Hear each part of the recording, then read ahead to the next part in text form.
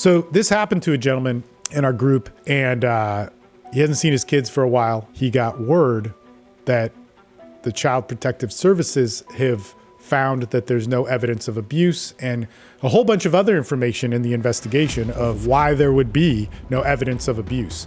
And it was interesting because this was such a celebration. You told me yesterday, and then I texted a couple people in the group. I was like, man, this is so awesome. They were like, man, how long has it been since he's seen his kids? It's like almost 2 years, like 18 months. Man, that's a long time. And I was like, dude, that's sadly the norm.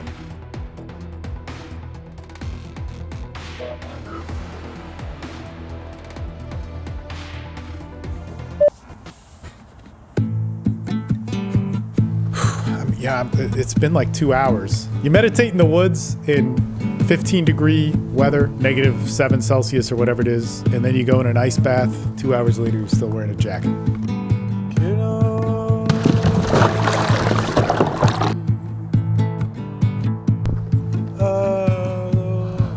False child abuse claims are one of the most devastating things that we have. There's a lot on this, a lot. And when you get thrown in jail for it, you get accused of it, CPS takes your kids away, you can't see your kids for a long time, they're lied to, they're poisoned by a mom who is basically allowed to do this by the world because of our court system, our legal system, and so on. But what do you need to do? Yes, you need to handle it legally. There's a ton of videos on that, and there's a little bit on this in this video. But you have to be able to handle it mentally. You do not know how important this is. This is the most important thing because it's going to last for the rest of your life. What kinds of problems are you going to have to unwind from your child, your children that you love? What are you going to have to unwind for them throughout their entire life? And you have to be a strong man to do that. You have to be a strong man who knows virtue, who knows higher thought, who knows how to be better. And it is the most important thing that you have to get started on right now if you are going through a tragedy like this. Divorce, separation, false claims.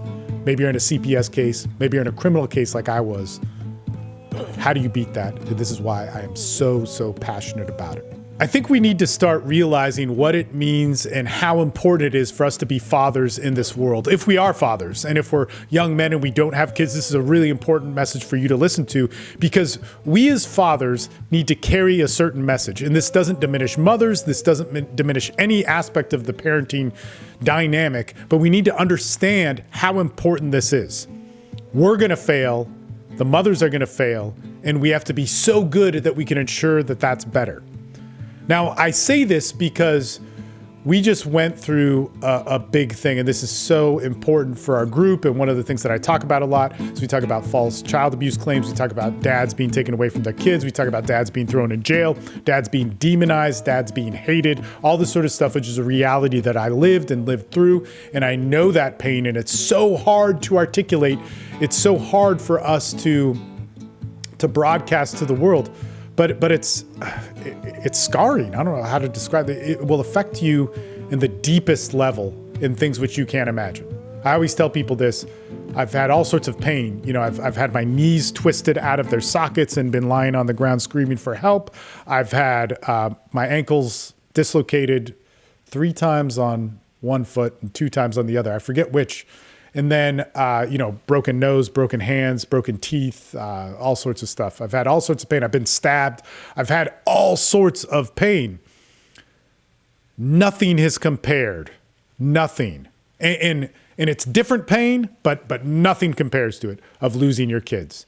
And then it's not just losing your kids. It's the pain of being judged by society. So I don't want to go down this too much because a lot of people may know my story. And if you don't, well, figure it out while watching stuff or get to know me on the calls or whatever it is. But when a father has that happen to him, it is devastating. When all of his friends, when he gets accused of abusing his kids, beating his wife, maybe the police investigator, in my case, the police investigator, I got criminal charges put against me and they lasted for 8 years. In other cases, it might be CPS coming after you and the police or the criminal part of it gets dropped, but it's terrible.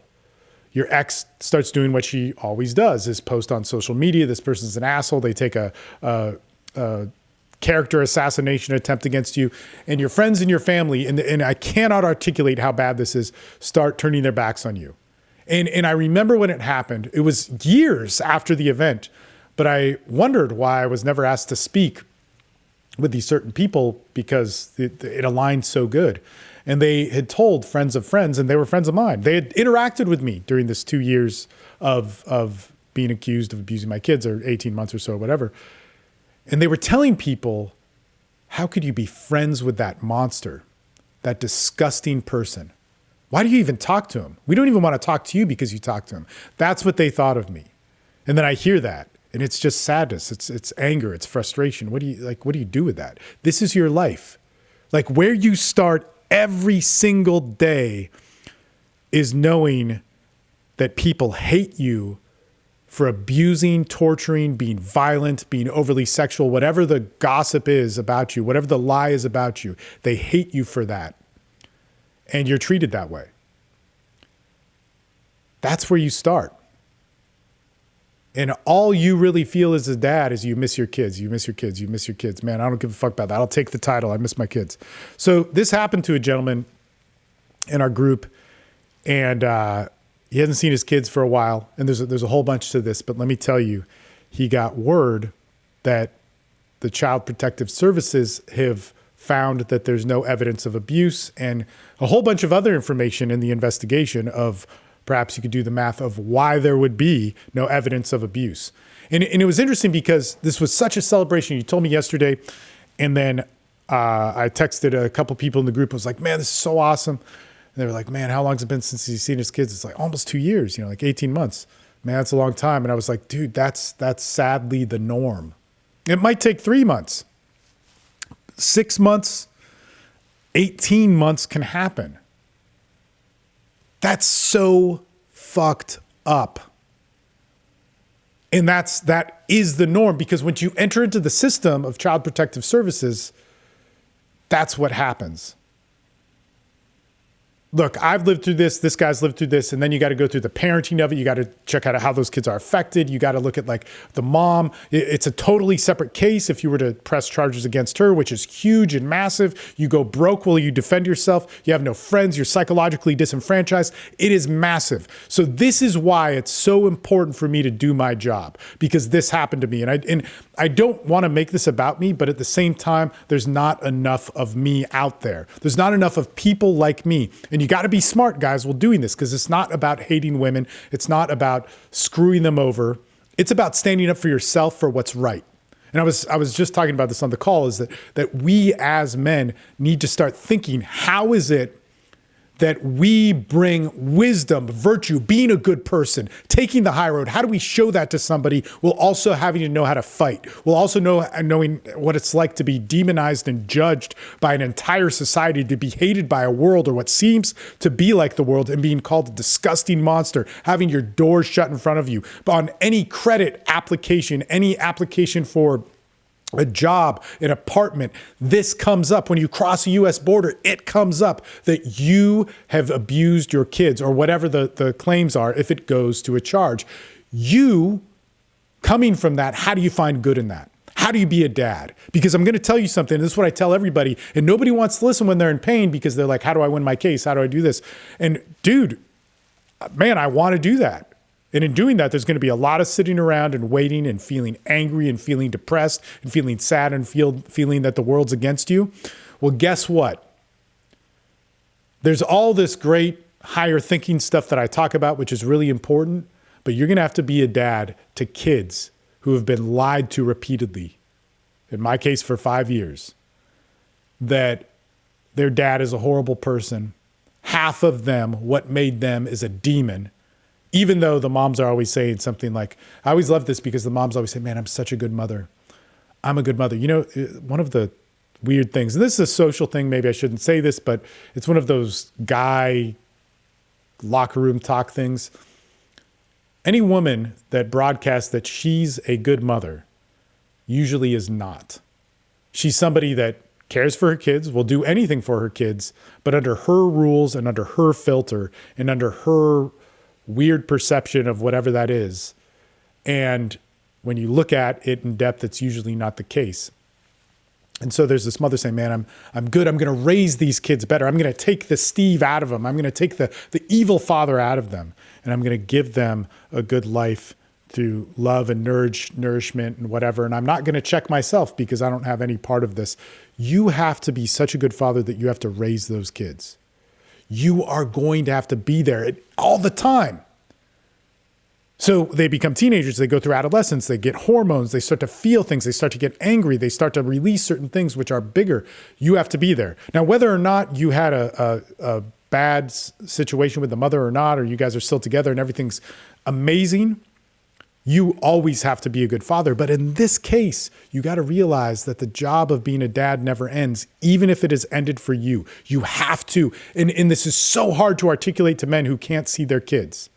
And man, I'm recording this 2 days before Christmas. There's tons of dads who can't see their kids. It was my son's birthday yesterday, and my ex would not let me and his brothers come and see him.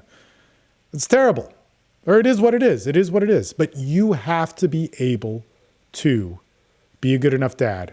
It's when that child becomes an adult, becomes a man, gets his heart broken, loses his job. He's 20 years old. He gets accused of abusing his kids. There's something else that will happen in his generation, which is tragic and common, that is being done to him. And you have to be there to go, no, man, I've been there. You have to look at me. You have to trust me. You saw me walk through this. You may not know how big of a deal it was, but you have to be able to trust me and do the right thing.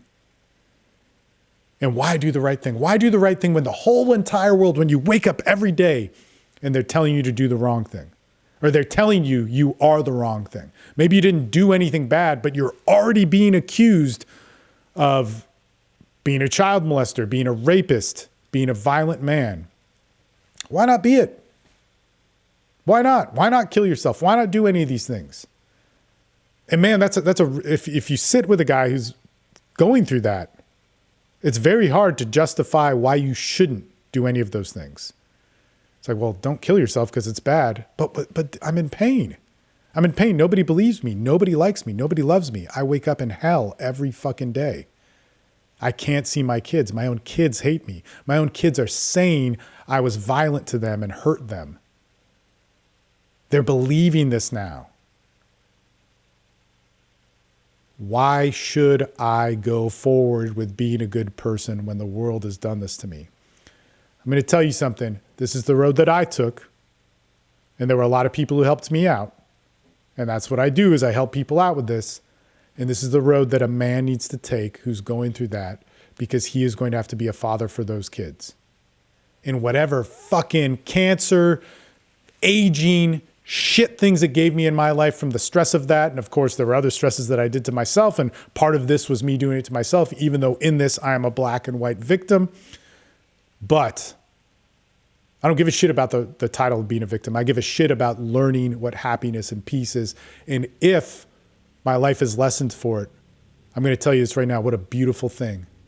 Because to be able to find joy, to be able to find peace, to be able to find sanity out of that sort of pain is a different joy, happiness, peace, sanity, whatever you want to call it, compassion that somebody could get if they didn't have that pain. And when my kids or people come in front of me and they want to follow that path, I can show them how to do it. There are not enough men doing this. Not enough. There are tons of men that are victims out there, but they haven't gone out to find the higher thought, the higher purpose in all of it. And it's very, very important. I hope you got something out of this video. I hope you understand that there's more to this than just complaining. If you want your legal case solved, man, get the PDFs, join the group, work at it, man. It's much better if you start in the beginning than you wait till you get arrested or CPS is already on your ass, but we'll help you in both areas. But there's a clear line. Like, we know how to help you do that. Either way, there's a calling to be a better man that you have to do. You have to. And that is right there in front of you. All right.